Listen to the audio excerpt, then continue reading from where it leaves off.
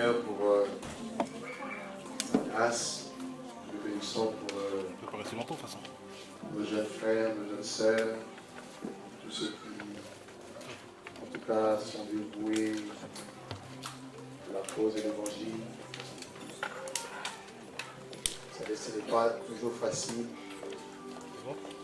dans ces temps qui sont difficiles de voir des personnes, des jeunes notamment, qui veulent en tout cas se donner à Dieu, aux choses de Dieu, à la parole, à la prière, à l'évangile.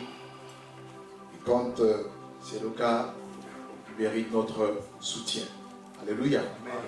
Nous avons été vraiment touchés par les chants. On voit combien il y en a qui ont des grâces ici. Alléluia. À chanter à la gloire de notre Dieu. Et nous sommes vraiment bénis.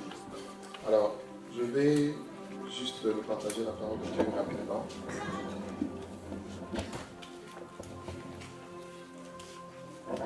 Une jeunesse en Christ. Est-ce que tout le monde a sa Bible? Amen. Nous allons prendre Ecclésiaste. Ecclésiaste chapitre 12. Le verset 1er au verset 2.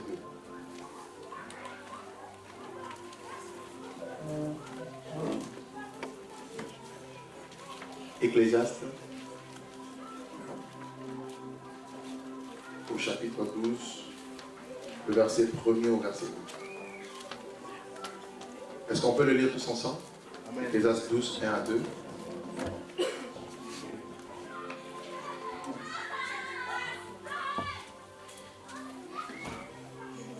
Tout le monde a trouvé, tout le monde a sa Bible. Ecclésiaste chapitre 12, verset 1 au verset 2. Ça va juste nous servir d'introduction. Jeune homme, réjouis-toi dans ta jeunesse, livre ton cœur à la joie pendant les jours de ta jeunesse. Marche dans les voies de ton cœur et selon le regard de tes yeux. Mais sache que pour tout cela, Dieu t'appellera en jugement. Bannis de ton cœur le chagrin et éloigne le mal de ton corps, car la jeunesse et l'aurore sont vanité. Amen. Amen. Ici, c'est l'Ecclésiaste qui parle. Le roi jeune qui a demandé à Dieu la sagesse, qui était jeune, qui a vieilli et qui a connu aussi beaucoup de difficultés dans sa jeunesse. Et il va écrire cette parole après avoir commis lui-même des déboires, des fautes. Il a eu des soucis, il a eu des hauts et il a eu des bas dans sa vie, notamment dans sa vie de jeune. Et il va parler ici aux jeunes. L'Ecclésiaste, c'est un livre de sagesse, un livre qui nous parle du sens de la vie. Il commence ce texte en disant vanité de vanité, tout est vanité. Pour dire que nous naissons, nous grandissons, nous vieillissons et un jour nous mourrons. À quoi bon faire tout ce que nous faisons sous le soleil? Et il conclut dans sa vie, après avoir goûté à des belles choses, après avoir goûté à la gloire, il a eu plus de 1000 femmes, il a eu beaucoup d'argent, il a eu tout ce que son cœur pouvait désirer. Et il conclut que tout est vanité. Il poursuit devant.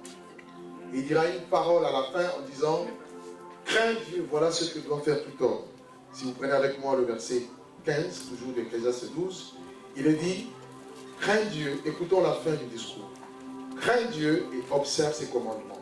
C'est là ce que doit faire tout homme. Dieu emmènera toute œuvre en jugement au sujet de tout ce qui est caché, soit le bien, soit le mal. Bref, ça ce n'est pas le texte que je vais aborder. Je l'ai juste pris pour nous montrer que nous pouvons être jeunes. La jeunesse, c'est une période magnifique. C'est une période où on découvre beaucoup de choses. Une période où également beaucoup d'événements se passent, aussi bien positifs que négatifs. C'est un temps où on veut expérimenter tellement de choses, mais on peut aussi commettre beaucoup d'erreurs. Et malheureusement, si après la mort, on va dans cet état-là, c'est, comme on l'a dit tout à l'heure par le sketch, ce n'est pas le paradis. Alléluia. Alors, qu'est-ce que c'est la jeunesse? Vous savez que la jeunesse, c'est cette période de vie humaine qui est comprise entre l'enfance et l'âge mûr. C'est-à-dire qu'on peut le sectionner en deux phases. La phase de l'adolescence, à partir de 12 ans, 13 ans. En Israël, à partir de 13 ans, 12 ans, à l'âge de 12 ans, une personne quittait le stade de l'enfance à la maturité. Ce qu'on appelle la bar mitzvah. Elle devenait mature, jeune. On pouvait l'accepter dans la cour de roi, plutôt dans la cour des grands. Et vous avez aussi les grands jeunes, à partir de cet âge de 18 ans, l'âge de la majorité, il va jusqu'à 30 ans.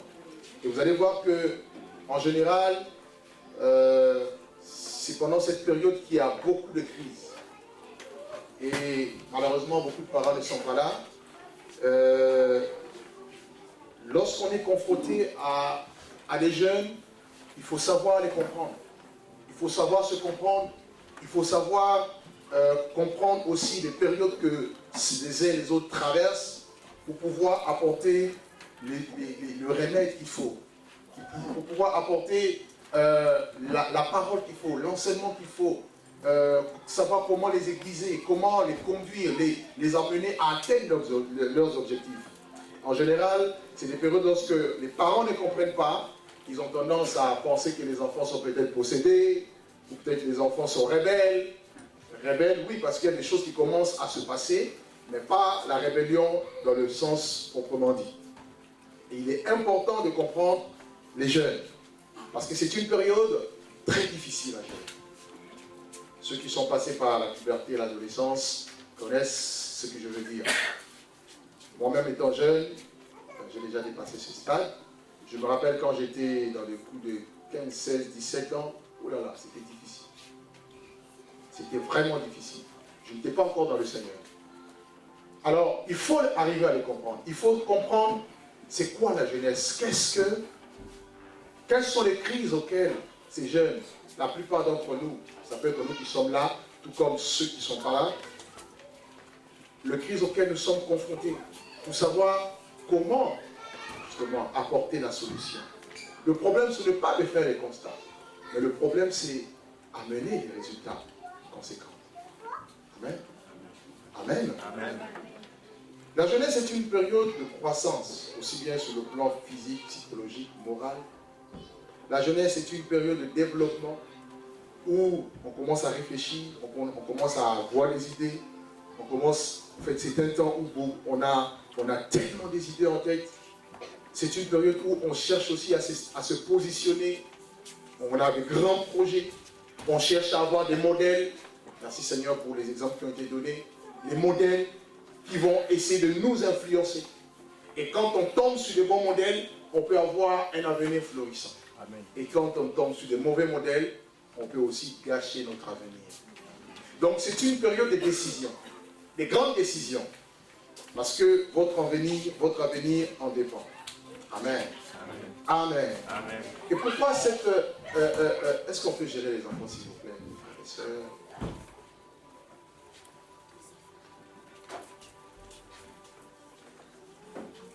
Et quand on parle d'identité, on parle d'un caractère qui est permanent et fondamental que quelqu'un doit avoir.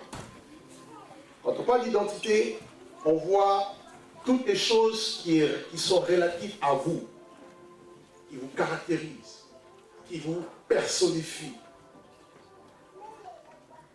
Votre identité, c'est ce que vous êtes, c'est ce qu'il y a dans vos gènes.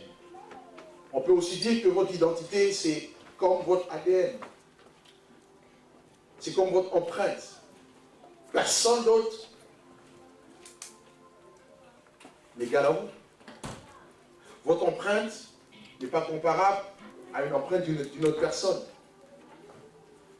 Et beaucoup de jeunes aujourd'hui, quand on le regarde, il suffit qu'aller à Château-Rouge ou à la gare du Nord, vous allez voir tous les jeunes qui traînent. Vous pouvez savoir que ceux-là, ils suivent le modèle d'un musicien, d'une star. Vrai ou faux? Ça se voit par la coiffure, ça se voit par les tatouages, ça se voit par la mode vestimentaire. Vous voyez qu'ils sont en quête de quelque chose.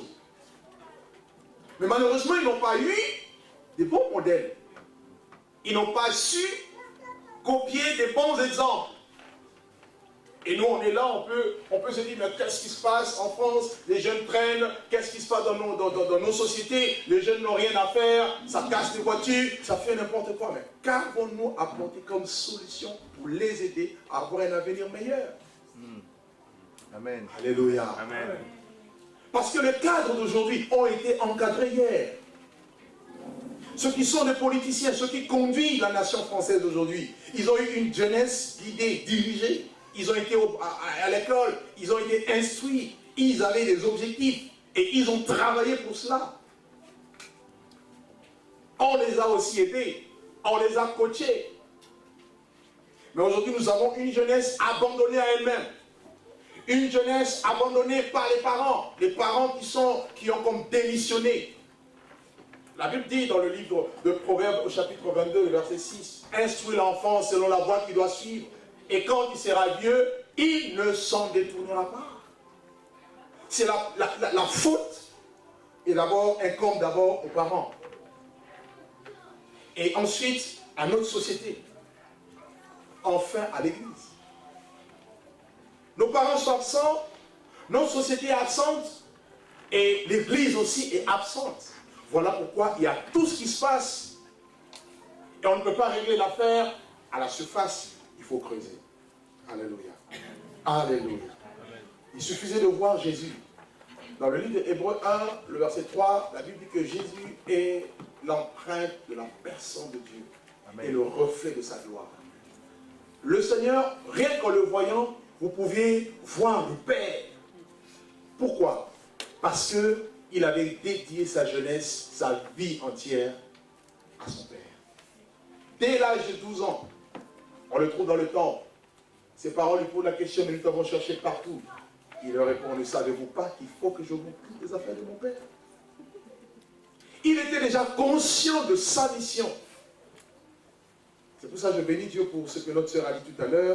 Les parents doivent comprendre que les enfants doivent recevoir la semence de Dieu parce qu'elle servira plus tard. Il suffit juste que vous regardez ce que les enfants apprennent à l'école, vous allez devenir malade.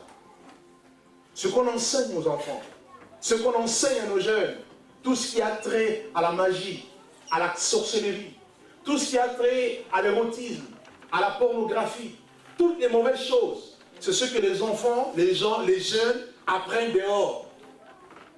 Parce que les parents n'ont pas le temps d'apprendre aux enfants les vertus, les bonnes vertus, la moralité. Et voilà pourquoi nous avons aujourd'hui une jeunesse qui est déformée et qu'on a du mal à redresser aujourd'hui, même avec l'évangile. Pourquoi? Parce que les parents n'ont pas joué leur rôle. Pourquoi? Parce que la parole de Dieu n'a pas été respectée. Pourquoi? Parce que notre société n'a pas joué également son rôle. Voilà pourquoi il y a cette crise. Depuis de générations, frères, les jeunes ont toujours été confrontés à des défis. Je me rappelle quand j'étais jeune, j'avais tellement de rêves, je les avais écrits. Il fallait que je fasse ça, il fallait que je fasse ça, il fallait que je fasse ça. Il y en a, j'ai réussi, d'autres non. Parce que quand on est jeune, on est fort. L'avantage avec la jeunesse, c'est que la jeunesse est caractérisée par la vigueur. Amen. Alors que lorsque l'âge avance, on commence à s'affaiblir. On a beaucoup plus d'expérience, mais on a peu de force pour réaliser les rêves. Alors je veux dire que les rêves que tu as, les bons rêves que tu as, que tu peux nourrir dans ton esprit, ces rêves ont besoin d'être dynamisés, boostés. Ces rêves ont besoin d'être encouragés pour que tu réalises que demain, tu peux être celui que tu veux que tu deviennes. Est-ce que quelqu'un m'entend? Amen. Amen. Nous n'avons pas tous les mêmes objectifs. Nous n'avons pas tous le même parcours. Nous n'avons pas tous le même appel. Mais au moins, nous pouvons réussir nos objectifs. C'est ça l'avantage. Amen. Amen. Amen. Alors, les crises de jeunesse. Prenez avec moi la Bible dans le livre de Psaume, au chapitre 25. Psaume chapitre 25.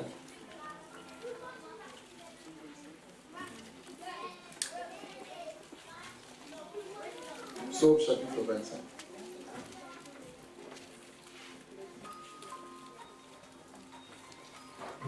Le verset 7.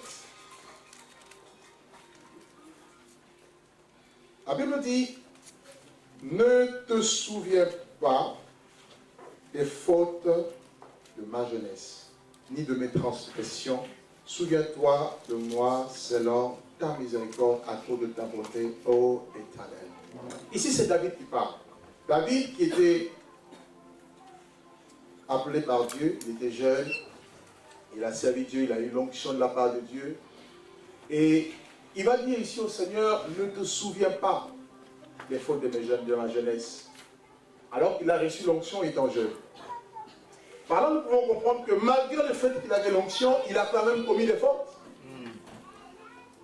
Et une des caractéristiques de la jeunesse, c'est que la jeunesse commet beaucoup d'erreurs.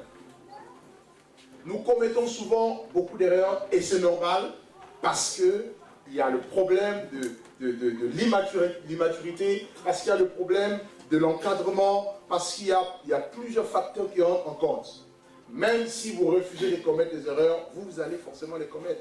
Je n'encourage pas les erreurs, mais je dis que la jeunesse est caractérisée par les fautes. Et David le dit, Job le dit aussi, si vous lisez dans Job chapitre 13. Il y en a avec moi Job 13. Job chapitre 13. Le verset 26. Job 13, verset 26. Il dit, pourquoi m'infliger d'amères souffrances, me punir pour des fautes de jeunesse? Ça, c'est une question que Dieu pose, que Job pose à Dieu. Il avait l'impression que sa souffrance était liée au péché, aux fautes qu'il avait commis dans le passé. Et Dieu lui dit non. Donc nous voyons par là que la jeunesse est caractérisée par des fautes. Donc il arrive que nous commettions des fautes. Je parle aux jeunes.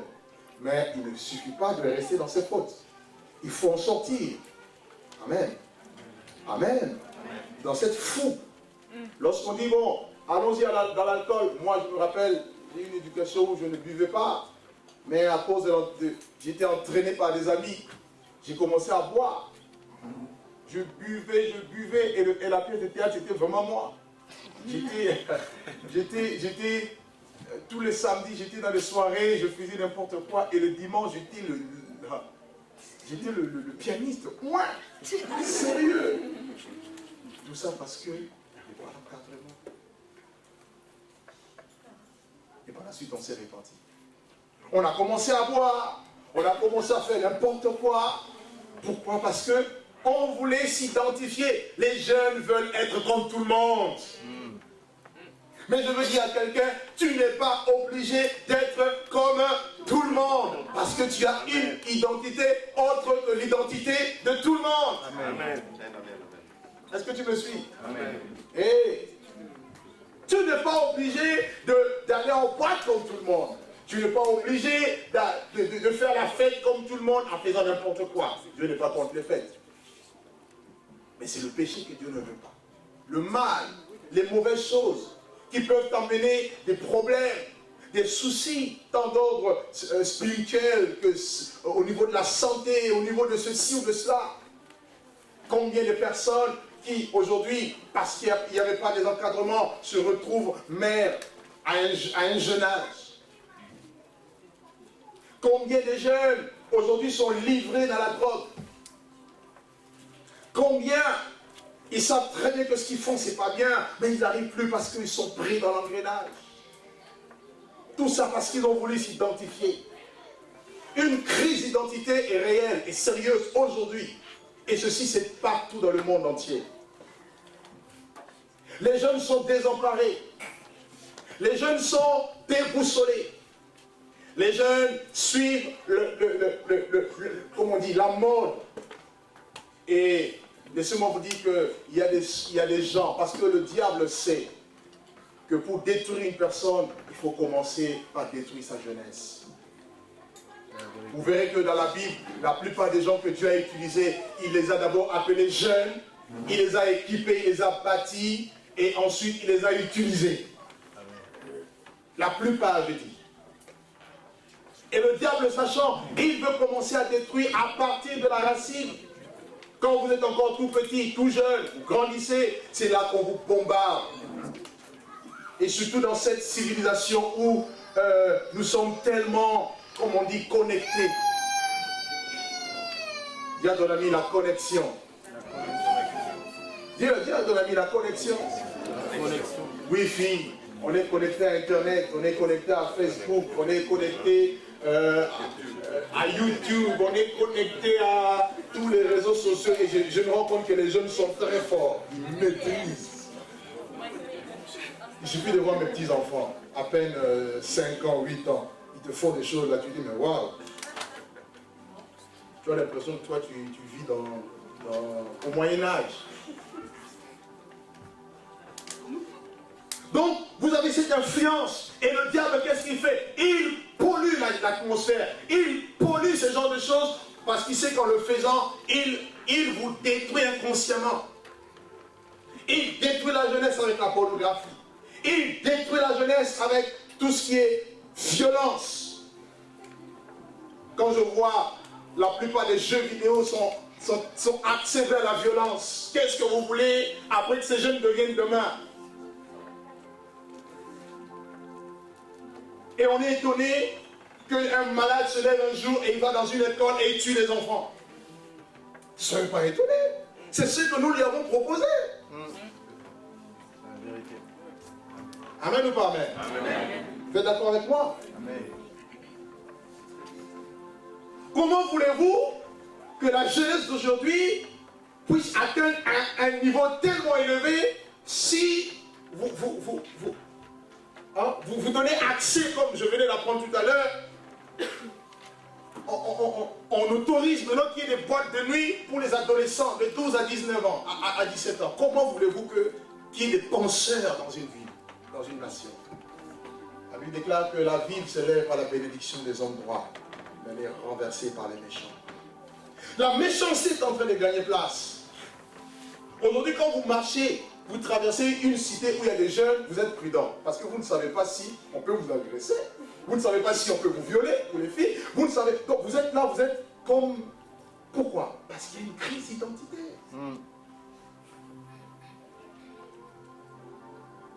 On pense qu'en étant agresseur, c'est ça quoi. Hein? On pense que vraiment ça, c'est ça vivre. Je vis, mon gars, je vis. Parce que j'ai des muscles, parce que j'ai ceci, parce que j'ai cela. Non, c'est faux.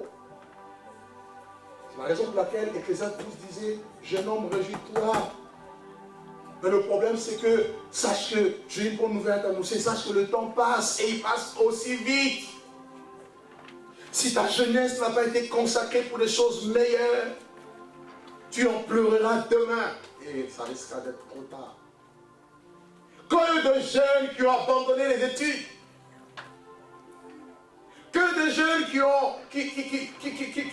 n'ont pas de projet pour l'avenir. Que de jeunes qui vivent dans la fornication.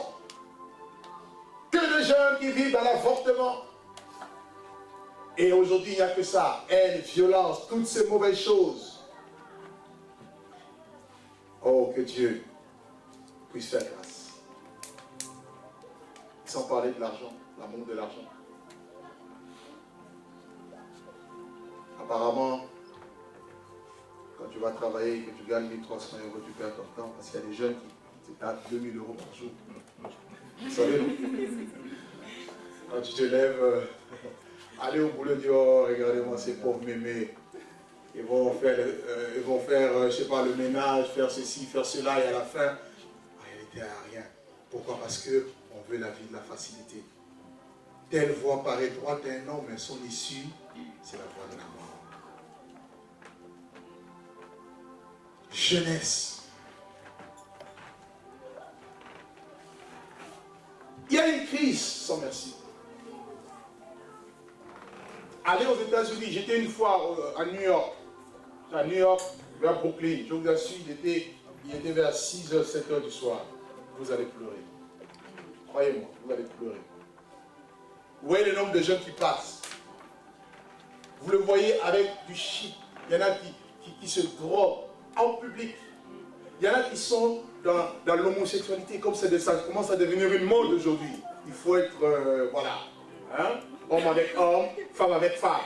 Apparemment, ça devient la mode. Comme l'islam aussi, ça devient la mode. Si ce n'est pas musulman, c'est que tu vis au Moyen-Âge ou quoi, hein? Quand tu vois ça, Et les chrétiens aussi, après, ils oublient plus fort. Hein? Et puis, ils charment. Amen. Pourquoi? Parce qu'il y a une crise d'identité. Vous avez même les chrétiens, là je parle d'une manière générale, hein? Vraiment d'une manière générale. Vous allez voir, même les chrétiens n'arrivent pas à affirmer leur identité en Christ. Pourquoi? Parce qu'il y a tellement l'influence. L'influence du monde est telle que tu as du mal à t'affirmer. Tu te dis, si moi j'ose dire ici que je suis chrétienne, non, j'aurai plus d'amis. Si je dis que je suis chrétien, tout le monde va se moquer de moi. Si je suis jeune et qu'on me voit avec la Bible pour venir à l'église, on va me dire, voilà le pasteur La Foi. Alors, pour faire plus simple, j'amène juste ma Bible dans mon téléphone, quoi. Parce qu'en gros, je ne veux pas qu'on me voit avec une Bible. Si on me voit avec une Bible, je sais qu'il y en a qui font ça. Ils ont peur parce qu'on voit une sœur bien habillée, bien maquillée, avec une Bible. Voilà la sainte. Je préfère que tu m'appelles Monsieur le Saint, Madame la Sainte, plutôt que de ne pas affirmer mon identité. Je voyageais quand je rentrais tout récemment du Canada. Je rentrais de Ottawa jusqu'à Paris. J'étais touché par quelque chose.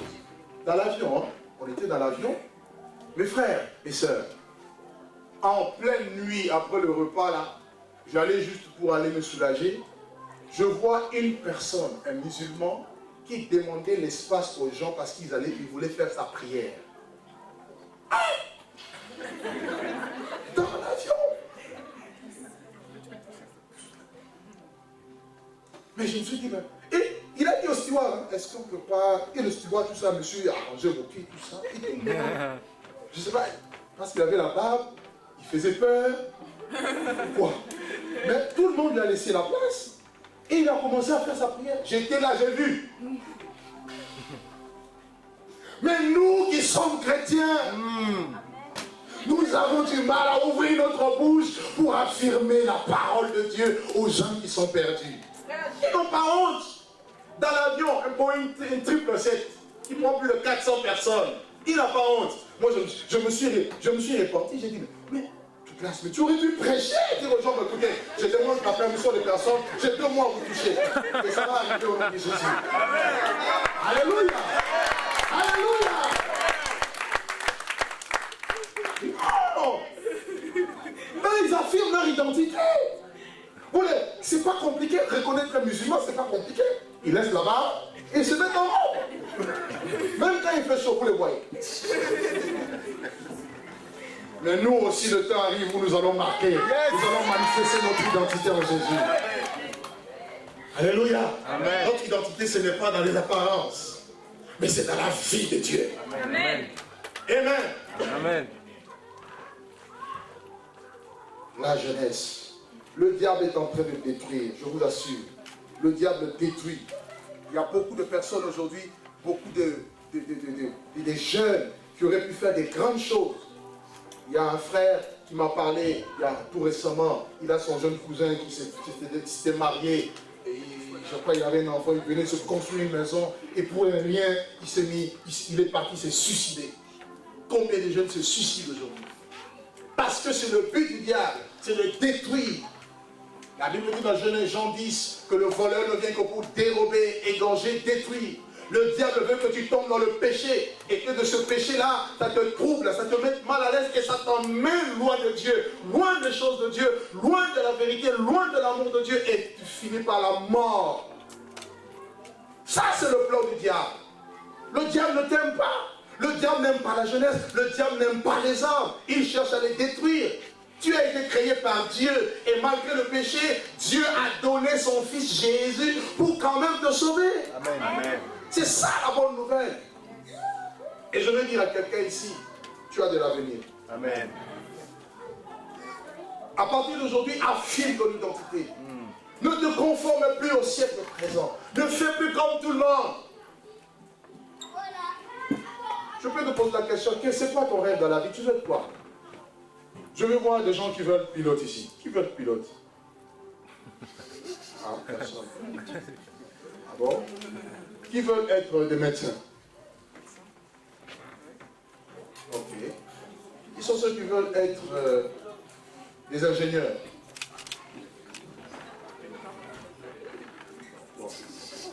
Bon, ok. Il n'y a pas de BEP, hein. Je ne cite pas BEP ou... Regarde, on va dire, on va te délivrer de ça. Ok. Qui sont ceux qui veulent monter des grosses boîtes, grandes entreprises, reconnues sur le plan international? Bien. On verra qui ne vont pas lever la main, je ne sais pas. Qui veulent être chauffeur-livreur? Hein, femme de ménage. Même si tu es femme de ménage aujourd'hui, mais ne le demeure pas éternellement, tu dois changer de statut. Au nom de Jésus. Alléluia. Amen. Qui veut être prédicateur? Ok. Comme pasteur la foi. Il nous a donné un bon exemple aujourd'hui. Pasteur la foi. En plus, la foi, c'est une ferme assurance. Des choses qu'on espère. Une démonstration des choses qu'on ne voit pas. Que Dieu soit béni. Je veux dire que les idées que vous avez, les projets que vous avez, il faut d'abord que vous y croyez vous-même. Et ensuite que vous vous donniez les moyens. Et vous allez voir que ces choses vont arriver. Par la grâce de Dieu. Vous n'êtes pas obligé d'être jeune comme tous les autres jeunes. Non. Aujourd'hui je crie et je dis non.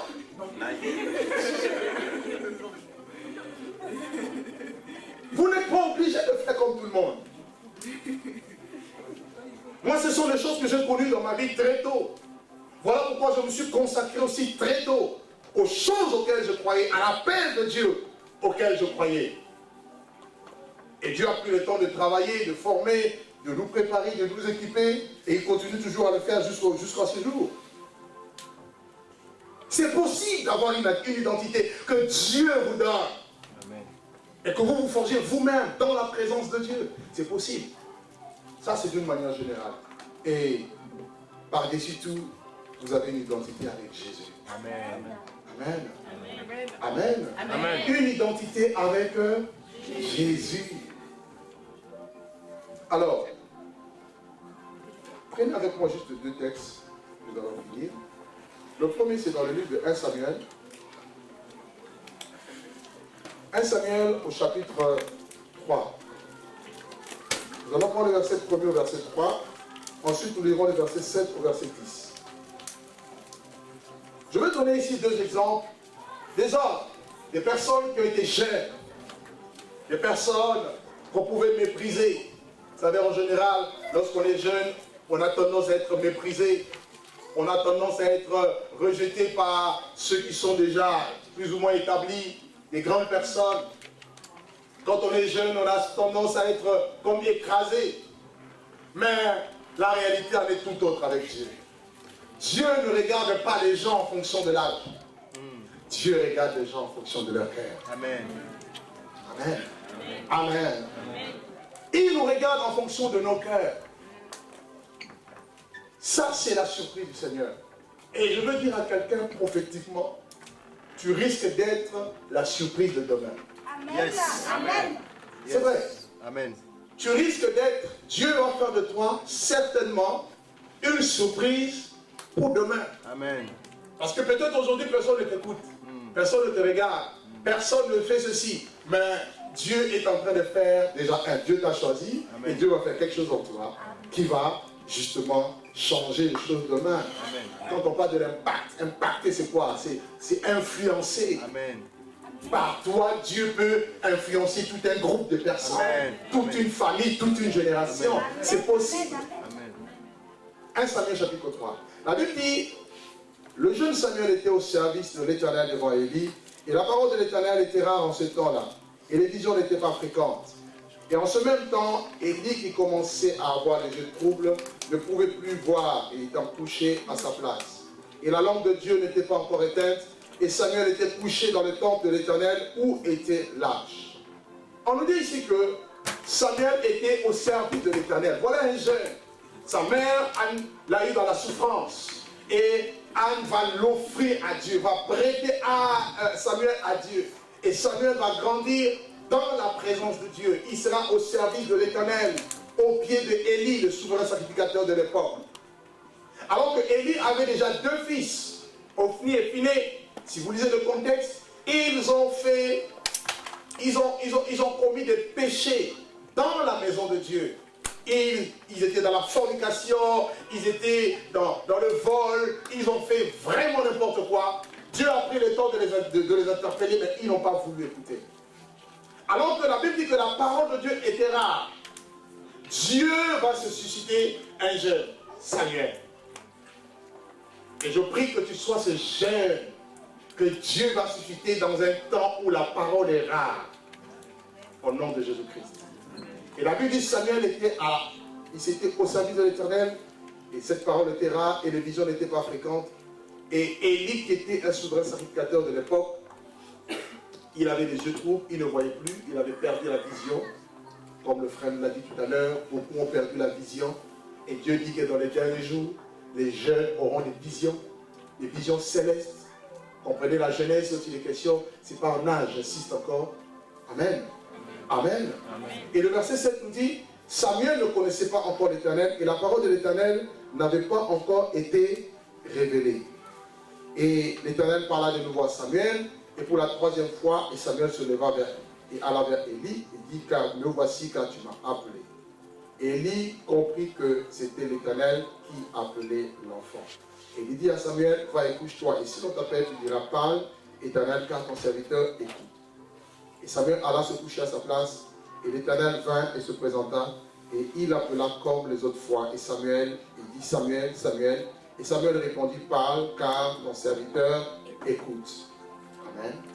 Donc on voit ici que Samuel, premièrement, il a été le choix de Dieu. Dieu va le choisir dans ce temps-là. Deuxièmement, Samuel va écouter la voix de Dieu. Troisièmement, Samuel va grandir devant Dieu. Et le verset 19 à 21 nous le dit, Samuel grandissait et l'Éternel était avec lui et il ne laissa tomber à terre aucune de ses paroles. Et tout Israël, depuis Dan jusqu'à Beersheba, reconnut que Samuel était établi prophète de l'Éternel. Amen. Donc on nous dit ici qu'il va grandir devant Dieu et Dieu va faire en sorte que toute la nation d'Israël reconnaisse un jeune comme étant établi par Dieu comme prophète de l'Éternel. Ça c'est merveilleux. Il était tout jeune. Ici, il n'avait même pas 18 ans. Même pas 18 ans. Mais parce qu'il a grandi dans la présence de Dieu. Parce qu'il a été appelé de Dieu. La Bible dit que les gens ont commencé à reconnaître. Samuel a eu de l'impact dans sa génération parce qu'il a écouté la voix de Dieu. Parce qu'il a connu son identité. Il n'a pas fait comme tous les jeunes. Tous les jeunes, il y avait beaucoup de jeunes, comme dans chaque génération. Mais pourquoi ici on parle spécifiquement de Samuel? Parce qu'il a marqué la différence. Et je prie que tu sois ce jeune qui va marquer la différence. Amen. Et qui va impacter. Est-ce que dans tout ton quartier, on peut reconnaître que la sœur Sandra,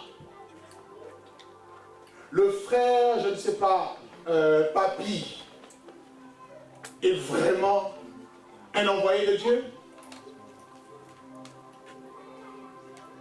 Pose-toi la question. Et je prie qu'il en soit ainsi pour toi. Au nom de Jésus.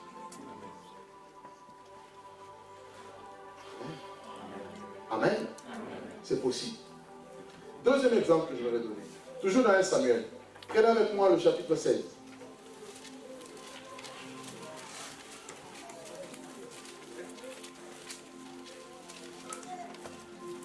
1 Samuel, chapitre 16. versets 11 à 13. La Bible dit, puis Samuel dit à Isaïe, sont cela tous tes fils? Et il répondit, il reste encore le plus jeune, mais il fait paître les brebis. Alors Samuel dit à Isaïe, on va le chercher, car nous ne nous lasserons pas avant qu'il ne soit venu d'ici. Isaïe l'envoya chercher. Or, il était blanc avec des yeux, de beaux yeux et une belle figure. Et l'Éternel dit à Samuel, lève-toi, oins-le, car c'est lui. 1 Samuel 16. Le verset 13. Samuel prit la corne d'huile, éloigné au milieu de ses frères. L'Esprit de l'Éternel saisit David à partir de ce jour, et dans la suite, Samuel se leva et s'en alla à Rama. 1 Samuel 17. 1 Samuel 17. Le verset 37. Juste le verset 37. David dit encore, l'Éternel qui m'a délivré de la griffe du lion et de la patte de l'ours, me délivrera aussi de la main de ce Philistin. Et Saül dit à David, va et que l'Éternel soit avec toi. Amen. Amen. Ici, on nous parle de David, un jeune. Il était le 8e de sa famille. Dieu avait déjà rejeté le roi qui était en place, Saül. Et le Seigneur, qu'est-ce qu'il fait? Il demande au prophète Samuel qui avait grandi devant Dieu, Dieu lui demande d'aller et de oindre un nouveau roi. Il arrive dans la maison d'Isaïe et personne de ceux qu'on lui a présentés n'était le choix de Dieu. Et voici que Samuel va poser la question, est-ce qu'ils sont là tous, ces enfants, Isaïe? Isaïe va dire, non, non, il reste un jeune, un plus jeune. Vous avez vu que, alors que tous les enfants étaient dans la maison, le plus jeune n'était pas à la maison. Le plus jeune était dehors, en train de paître le troupeau de ses pères, de ses parents. Oubliez même, parce que quand on a demandé de réunir tout le monde, tous les enfants sont venus, sauf le plus jeune. Pour vous montrer à quel point on peut nous mépriser. Nos parents même peuvent nous mépriser. Ne pas nous reconnaître à la juste valeur. Reconnaître que Dieu peut faire des grandes choses avec nous. Même Samuel, quand il a vu le plus grand, il dit, ah non, certainement c'est lui loin de Dieu, parce qu'il était robuste, corpulent, impressionnant. Tout ça, c'est des apparences. Mais le regard de Dieu était favorable à un jeune, à un enfant. Pourquoi? À cause de son cœur. Et quand il arrive, Dieu lui dit, voici celui, oins-le. Vous allez voir que Samuel va prendre lui et il va appliquer sur David. David sera oint, il va recevoir l'Esprit. L'Esprit va venir sur sa vie. Et à partir de ce jour-là, il sera transformé en un autre homme. Frère, regardez. Et c'est le même jeune. Lorsque Goliath s'est levé, personne n'a pu terrasser Goliath. Je veux dire que souvent on peut minimiser les jeunes. Moi, je vous donne une petite confidence. Quand j'arrive quelque part dans le milieu même des pasteurs, des apôtres, des évangélistes, quand ils me regardent comme ça, ils disent « Ah, c'est un tout petit !» Mais je dis, c'est une bonne chose que tout le monde me regarde comme un tout petit. Attendez juste quelques minutes. Regarde ton voisin, dis-lui, attends encore quelques minutes. C'est le tout petit, tu vas dire, mais non, mais en réalité, c'est un géant. Oui. Ça, c'est l'information que je vais te donner. C'est que les autres, quand ils te regardent, ils te voient tout petit et insignifiant. Quand David a dit, moi, j'irai, je combattrai contre ce Philistin. Il arrive, on dit, non, mais tu es un petit, tes grands frères, ce sont des enfants, ce sont des gens de guerre, ils sont déjà habitués à la guerre, à la bataille. Mais le problème, c'est qu'ils n'avaient pas d'identité. Devant Goliath, ils ont eu peur. Ils ont tous reculé. Goliath les insultait. Il les maudissait le matin, chaque jour, pendant 40 jours, matin et soir. Mais voilà que le jeune David, parce qu'il connaissait son identité. C'est pourquoi je disais, notre identité, c'est en Christ. Amen. Amen. Lorsque tu peux être jeune ou pas jeune, si tu as Jésus, Jésus imprègne quelque chose en toi.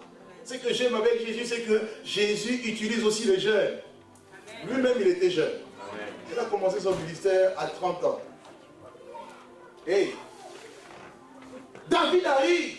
Il dit, mais comment est-ce que en Israël, il n'y a personne qui peut se lever et terrasser Goliath? Il dit, ah! Il commence à leur donner son CV. Il dit, regardez, moi quand j'étais encore chez mon père et chez ma mère, j'ai réussi à tuer le lion et l'ours. Donc tu peux être jeune et avoir aussi une expérience dans le secret avec Dieu. Amen. Et c'est cette expérience dans le secret qui va faire que demain, de manière officielle, Dieu va te propulser.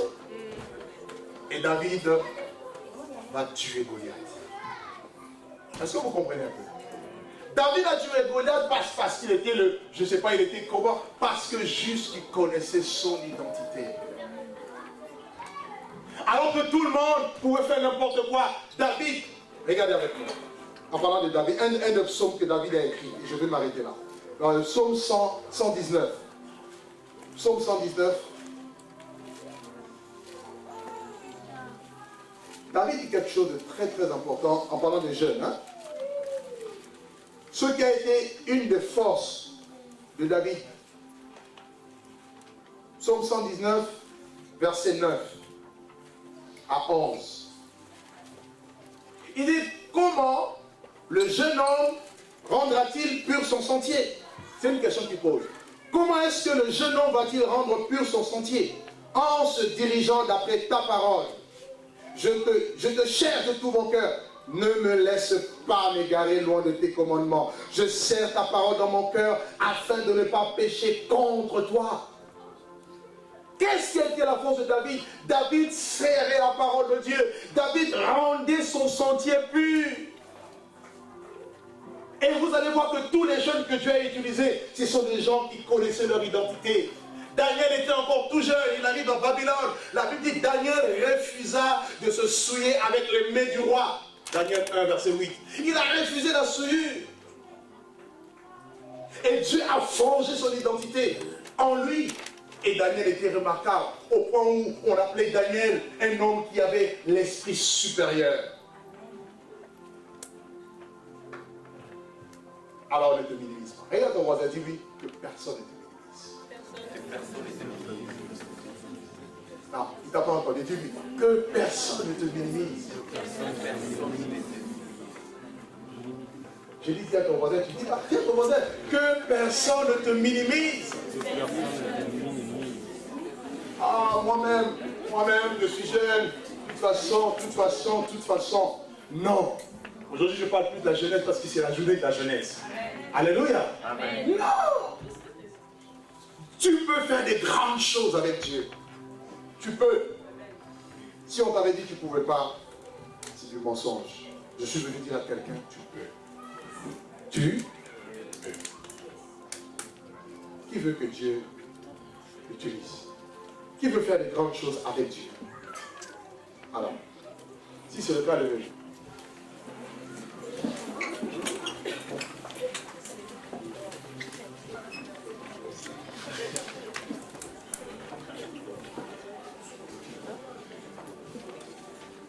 Alors, ceux qui sont debout, venez devant.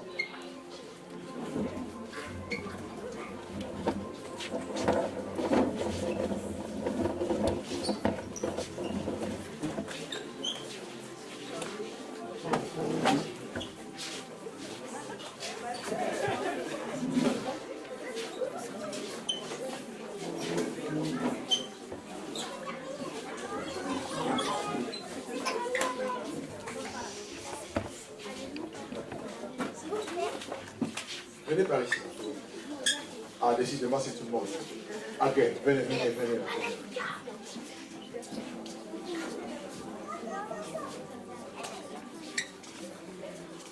Vous allez lever vos mains. Fermons nos yeux dans sa présence.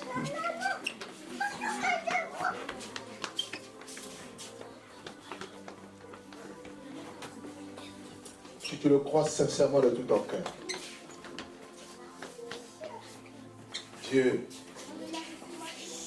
t'emmènera dans des dimensions que tu n'auras jamais espérées. Il dit que ce sont comme des choses que l'œil n'a point vues, des choses que l'oreille n'a point entendues, des choses qui ne sont pas montées au cœur de l'homme, des choses que Dieu a réservé pour ceux qui l'aiment. Par cet acte de foi, tu as quitté ta place, tu es venu en croyant que Dieu est capable de faire quelque chose de magnifique, quelque chose de glorieux, en changeant ton identité, en s'imprégnant de sa gloire, pour que tu sois non conforme à cette génération qui est perverse et corrompue, mais que tu sois comme un signe qui va révéler Dieu, Jésus, à la face de la nation. Et je prie maintenant pour vous tous qui êtes devant, que la grâce de Dieu vienne sur vous. Je prie maintenant que la grâce de Dieu, vienne sur vous maintenant, dans le nom puissant de Jésus. Dans le nom puissant de Jésus. Dans le nom puissant de Jésus. Dans le nom puissant de Jésus. Dans le nom puissant de Jésus. Que Dieu bâtisse son caractère en vous. Que Dieu établisse l'identité de Christ dans la vie des hommes et des femmes ici.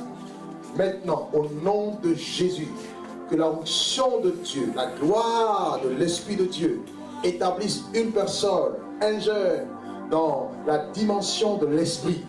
Au nom de Jésus, au nom de Jésus, au nom de Jésus, que toutes les forteresses des pensées, dans les pensées que je vois, que ces forteresses soient détruites maintenant, que ces forteresses soient brisées maintenant, au nom de Jésus.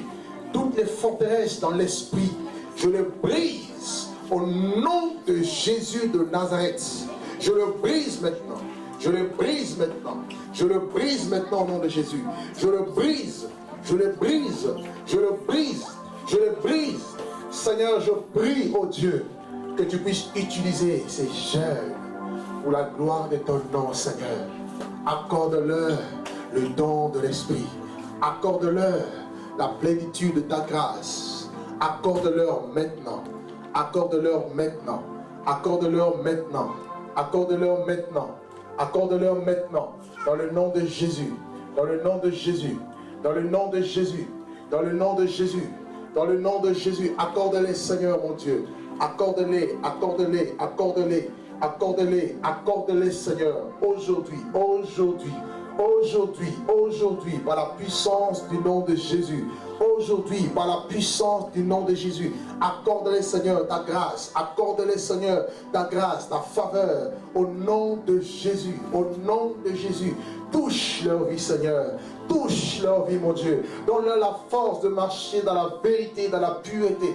Donne-leur la force, la capacité de marcher, oh Dieu, selon tes voies. Donne-leur, Seigneur, mon Dieu, de marcher, oh Dieu, dans la vérité. Donne-leur, Seigneur, mon Dieu, de marcher dans l'obéissance à ta parole. Affecte leur vie, Seigneur. Affecte leur vie, mon Dieu. Affecte leur vie, Seigneur. Que leur mentalité change. Que leur pensée change. Seigneur, que la foi s'établisse dans leur cœur, dans leur vie. Telle est ma prière ce soir. Au nom de Jésus, au nom de Jésus, que l'ennemi retire sa main de la vie des uns des autres ici. Au nom de Jésus de Nazareth. Utilise-les, Seigneur. Utilise-les, Seigneur. Utilise-les, Seigneur. Utilise-les, Seigneur. Utilise-les, Seigneur. Seigneur, dans le nom de Jésus. Merci. Merci, Seigneur.